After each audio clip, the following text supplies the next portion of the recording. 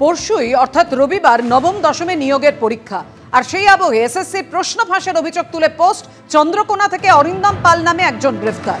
SLST পরীক্ষায় প্রশ্ন পাইয়ে দেওয়ার নাম করে ফোন আসে, 14 লক্ষ টাকা দিলেই চাকরি, এমন ফোন আসে। ফেসবুকে অভিযোগ তুলে পোস্ট করে গ্রেফতার করলো পুলিশ।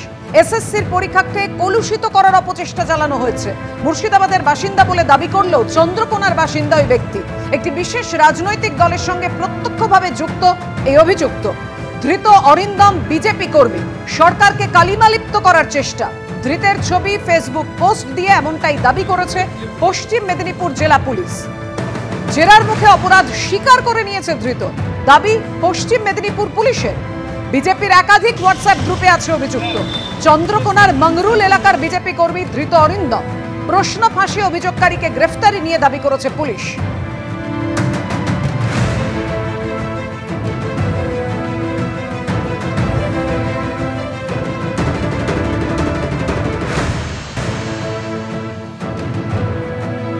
পুলিশের কাজ ওটাই করা, পুলিশের কাজ ওটাই করা, পুলিশের কাজ মমতার সেবা করা।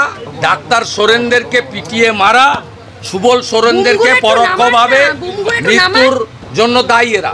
দেবরাতে ডাক্তার সোরেনের ইস্যুতে প্রতিবাদ করতে গিয়ে এখানকার যে বালি মাফিয়া এসপি এবং পুলিশ আছে তারা অত্যাচার করেছিল জানেন। অর্থাৎ বুঝতেই পারছেন এসএসসির নতুন নিয়োগ পরীক্ষার আগে যে বিতর্ক তৈরি হয়েছে এবং যে ঘটনা সামনে আসছে, এক্ষেত্রে যে অভিযোগ সামনে এলো এবং পুলিশ যাকে গ্রেফতার করেছে তার বিরুদ্ধে অভিযোগ, সে পোস্ট করেছিল টাকা ফেললেই পরীক্ষার দুদিন আগে পাওয়া যাবে প্রশ্ন। মুর্শিদাবাদ থেকে পরীক্ষার দুদিন আগে বর্ধমানে যেতে হবে, আর তারপরে প্রশ্ন উত্তরপত্র দিয়ে একেবারে মুখস্থ করিয়ে নেওয়া হবে। নিজেকে মুর্শিদাবাদের বাসিন্দা বলে ফেসবুকে এমনটাই দাবি করে ধৃত। প্রশ্ন ফাঁসে অভিযোগকারীকে গ্রেফতারি নিয়ে পুলিশ দাবি করেছে চন্দ্রকোনার মংরুল এলাকার বিজেপি কর্মী এই অরিন্দম, যাকে ইতিমধ্যেই পুলিশ গ্রেফতার করেছে। বিজেপির একাধিক হোয়াটসঅ্যাপ গ্রুপে আছে এই অভিযুক্ত। জেরার মুখে অপরাধ স্বীকার করে নিয়েছে ধৃত। পশ্চিম মেদিনীপুর জেলা পুলিশ দাবি করে এই ধৃতের ছবি ফেসবুক পোস্ট দিয়ে যে ধৃত অরিন্দম বিজেপি কর্মী, সরকারকে কালিমালিপ্ত করার চেষ্টা করেছে সে।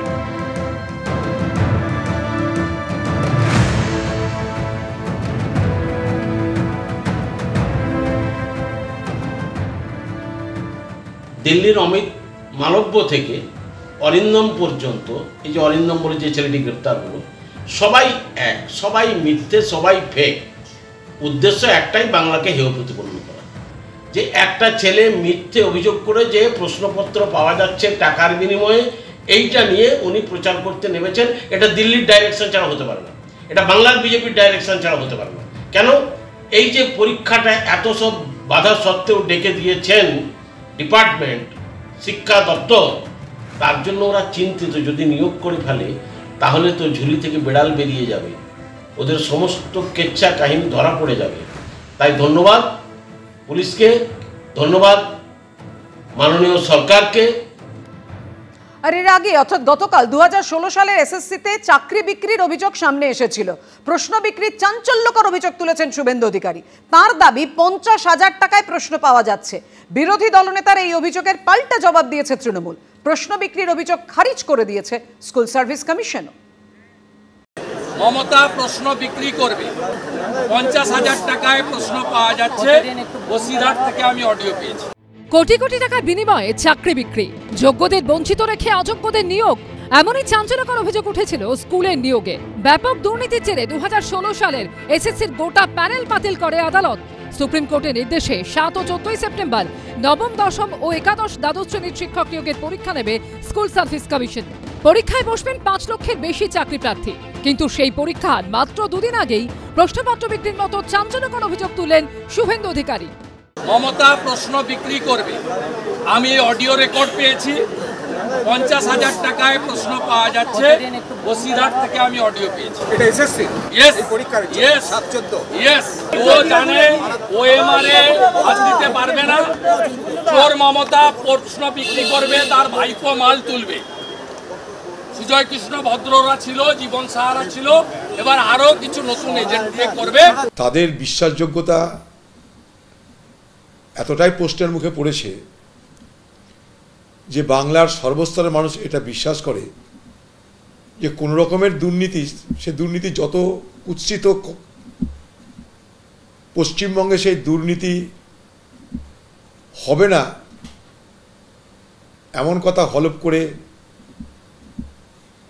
তৃণমূল পার্টি বলতেও পারে না এবং মানুষ বিশ্বাসও করে না। শুভেন্দুবাবুর কেন্দ্রীয় সরকারের যে পরীক্ষাগুলো হয়েছে সেগুলোর অনিয়ম জানেন, কি ভয়ঙ্কর সব অনিয়মগুলোর অভিযোগ উঠেছে। ফলে একটা সবে কেন বিভ্রান্তি তৈরি করছেন? এতগুলো ছেলে মেয়ে চাকরি পাবে, একটা পরীক্ষা আসছে, পরীক্ষাগুলোকে তো বাদ রাখুন এই রাজনীতির থেকে। এই এসএসসি নিয়োগে দুর্নীতির কারণে প্রায় 26,000 শিক্ষক শিক্ষিকা ও শিক্ষাকর্মীর চাকরি গেছে। দাগিদের সঙ্গে সঙ্গে পথে বসতে হয়েছে যোগ্য শিক্ষকদেরও। এবার নতুন নিয়োগের পরীক্ষায় দাগিরা যাতে সুযোগ না পায় সেজন্য বারবার সতর্ক করে দিয়েছে সুপ্রিম কোর্ট। বৃহস্পতিবারও রাজ্য সরকার ও স্কুল সার্ভিস কমিশনের উদ্দেশ্যে তীব্র ভৎসনা সুরে সুপ্রিম কোর্ট বলে, এরা কোন নয়নের মণি যে দাগিদের হয়ে সওয়াল করছেন অ্যাডভোকেট জেনারেল? আবার একই দিনে ফের অযোগ্যদের পাশে দাঁড়িয়ে তাদের বেচারা বলেন মমতা বন্দ্যোপাধ্যায়। আর রইল পড়ে আমার হাতে আরও কিছু, যারা বেচারা টিচারিতে কাজ করেও আজকে অযোগ্য প্রমাণিত হয়েছে। এর 24 ঘন্টার মধ্যে এসএসসি নতুন নিয়োগের পরীক্ষা নিয়ে বিস্ফোরক অভিযোগ করলেন শুভেন্দু অধিকারী। দুর্নীতিটাকে ইনস্টিটিউশনাল করাপশনে পরিণত করেছে পশ্চিমবঙ্গ। এর জন্য দায়ী এই শাসক দল। এতটা পচন আগে ছিল না, ভাইপো কালচার চালু হওয়ার পরে এটা হয়েছে। শুভেন্দুবাবু তো সেই সময়টায় তৃণমূল কংগ্রেসের মন্ত্রী ছিলেন।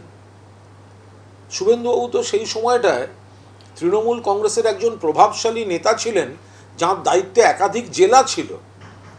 তিনি তো রাজ্যের অন্যতম শীর্ষ নেতা ছিলেন। তো তখন তিনি একটি শব্দ বললেন না, আজকে বিজেপিতে গিয়ে দাঁড়িয়ে তিনি কাদা ছুঁড়ছেন। এটা কি করে হতে পারে? যদিও শুভেন্দু অধিকারীর এই প্রশ্ন বিক্রির অভিযোগ খারিজ করে দিয়েছে স্কুল সার্ভিস কমিশন। এসএসসি জানিয়েছে দুটি পরীক্ষার সব প্রশ্নপত্রই সুরক্ষিত রয়েছে। এটা নিয়ে পরীক্ষার্থীদের আশঙ্কিত হওয়ার কোনো কারণ নেই। কৃষ্ণেন্দু অধিকারী ও বিটন চক্রবর্তীর রিপোর্ট, এবিপি আনন্দ। আদিবাসীদের সংগঠনের সভায় গিয়ে বিক্ষোভের মুখে পড়লেন ঝাড়গ্রামের তৃণমূল সাংসদ কালীপদ সোরেন। দেখানো হলো কালো পতাকা। আমন্ত্রণ ছাড়াই তৃণমূল সাংসদ সেখানে গিয়েছিলেন বলে দাবি করা হয়েছে সংগঠনের তরফে।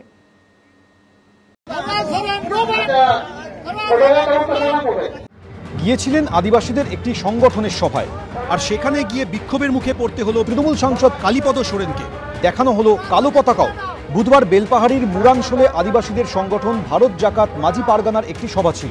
সেখানে আমন্ত্রণ ছাড়াই তৃণমূল সাংসদ পৌঁছে যান বলে অভিযোগ। সংগঠনের দাবি, তাদের তরফ থেকে তৃণমূল সাংসদকে আমন্ত্রণ জানানো হয়নি। তৃণমূল সাংসদ কালীপদ সোরেন সেখানে পৌঁছে যেতেই শুরু হয় বিক্ষোভ। আমাদের আদিবাসী সমাজ থেকে যেটা দাবি দেওয়া, সেটা উনি দীর্ঘদিন ধরে মুখ খুলেননি। যেটা ফেক এসটি সার্টিফিকেট, তৎসহ আদিবাসীর নারীদের প্রতি নির্যাতন, এইসব বিষয় নিয়ে উনি মুখ খুলেননি বলে সেখানে তাকে বিক্ষোভ দেখানো হয়েছে।